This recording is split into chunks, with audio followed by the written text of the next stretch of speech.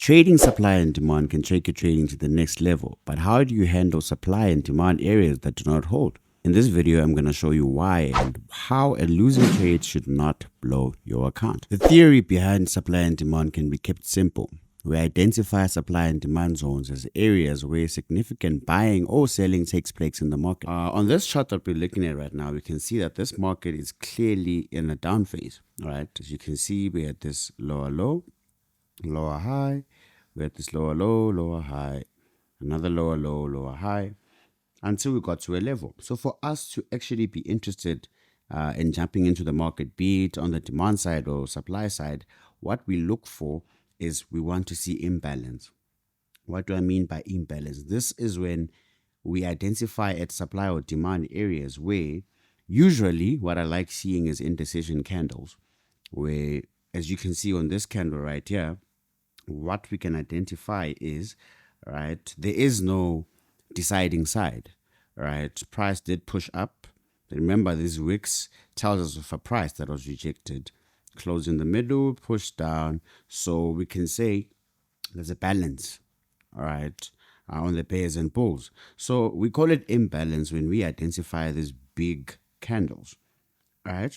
What would usually happen in this case is, you can see, price will then begin to ebb and flow, changing direction to the upside, as you can see, giving us consecutive higher highs and higher lows now. Remember, we came from lower lows and lower highs, right? So what we'll do is, all right, we will wait for price to then return to this demand area, right? To this demand area, because we identified significant buying at this area, meaning there might be willingness for traders to still come, or institutions rather, to still be interested in this area as a buy zone, right? So that is when we would want to see the market get back down to this area and then continue moving to the upside. Right. So this is where you would have something like this, right? You would want to see price get down and then move to the upside. But I want you to see something. As price is moving, right, we also do have these areas, right? And some people might confuse this as a break of structure. But by understanding the origin of the movement that is in control of price, or rather the zone or the supply or demand zone that is in control of price, these areas become very fresh for us. Right? So one should not let such structures confuse you. All right. So this is basically what we're looking for. And remember, we can also look at this from the sell side as well. Right? Same thing applies, right? If we're moving up, we break structure, what we want to see is we need to understand that these areas here are areas of liquidity, where liquidity lies, right? But we want to see the market return to such a fresh area, and we can look, for a move to the downside, right? For a move to the downside. So that's basically the theory that we'll talk about. Here's another example that we have on GU. What we can identify is we do have the indecision candle, as you can see. All right, price then went all the way down, breaking structure. So this becomes our area of interest in future, right? Meaning we want to see price. If price continues to move to the downside, we would want to see price come back to such an area, right? So as you can see, what would happen in a situation like this is price, right, moved all the way down, as you can see, from the supply area, giving us another move to the downside. And currently, what was happening here is price was just playing around this supply area. But remember, our zone, our extreme zone, is also here. All right. And as you can see, price tapped into that zone. All right. Price tapped into that zone, also now giving us, areas like this low here, remember, as areas where you can have targets. All right, that is because of this area. This becomes our extreme area, extreme supply area. And as you can see, price has just been moving down. And already, looking at the previous setups that we might have here, you would understand or rather have an idea of what to look for in the market, because as price tapped this area, right, where we're at the imbalance, right, would understand that now we do actually have room for price to continue moving to the downside to this demand area, right? And this is something that we had. We had this drop. As you can see, we have this drop, a base, another drop, right? Just making this area weak. Remember, this area becomes weak because of the many hits right there. But as you can see, price then, gave us another movement back to this area, whereby we had an opportunity to, short and also target this demand area, right? So it's very important to actually understand where price is coming from and if it is worth trading, because you can always go both directions, right? Depending on your trading plan and your trading style. From this market structure, as this market was moving up, we had a break of structure from this area, right? As the market turned from this demand area. So as the market ebbed and flowed, what we could see was price kept pushing down, breaking structures as well. And what we would anticipate in this case is to see a movement from this demand area should hold and we can continue moving up.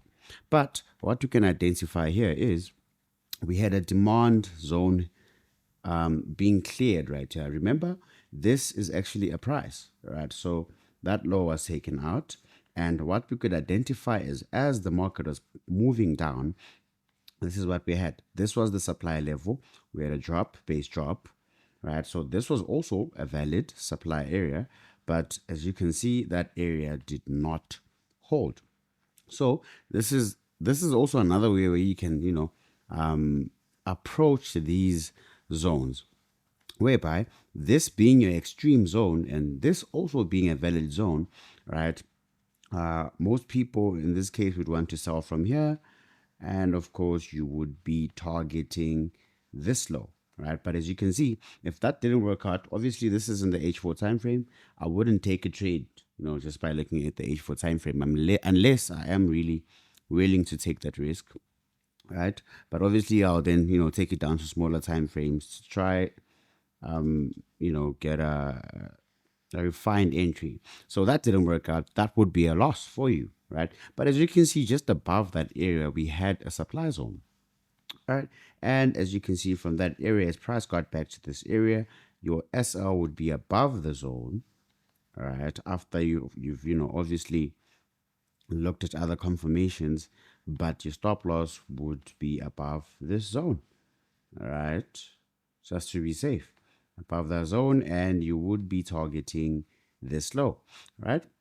Just by understanding the market structure. So this is the same thing that we can see as the market keeps, flowing that direction, is as the market kept moving down, we identified breaks of structures and price kept coming back to these supply areas, right? So same thing that happened here. If we can just remove this, if we can look at the break of this structure, as you can see, this was the zone which was responsible for the break or for the clearing of that demand area. Remember, this one was already cleared. So we can focus on the next demand, which was this one, right? Not really a high quality demand area, but still counts. So what we can see is when this move happened, right? So from this drop, base, drop, this cleared these demand areas, right? So obviously the next area that I would be watching to take a trade would be this zone, right? As you can see, this would make a bit more sense if we look at the 2-hour time frame or even the 1-hour time frame, just to make it a bit more clear. But there we go. As you can see, price went back right to this area, gave us very good reactions, tapped into it, broke these mini substructures, tried to attempt going back to this high right here and couldn't. So that was also confirmation, and we can see a break of structure and a move back to that supply zone. That would have been a continuation trade, going to the downside, just by understanding what's happening in your higher time frames. As you can see, this makes a lot of sense from your daily time frame. and you can follow the order flow, right, by also understanding our supply zones, areas of liquidity, and the types of, trap formations that are formed, especially during Asian, London, and New York session. So just by looking at this, if this area gets cleared as well, it is very clear to see that our next stop would be here, which is a demand zone, right? If that area gets broken, our next area we could keep an eye on would be this one, right? So this is just how you can navigate around supply and demand trading. All right, guys. So if you are new here, don't forget to hit the subscribe button, and also check out our Telegram channel where I, share my insights daily with you guys, right? So not really trading signals, but just my insights, right? What am I expecting the market to do in line with the order flow? Cheers, guys.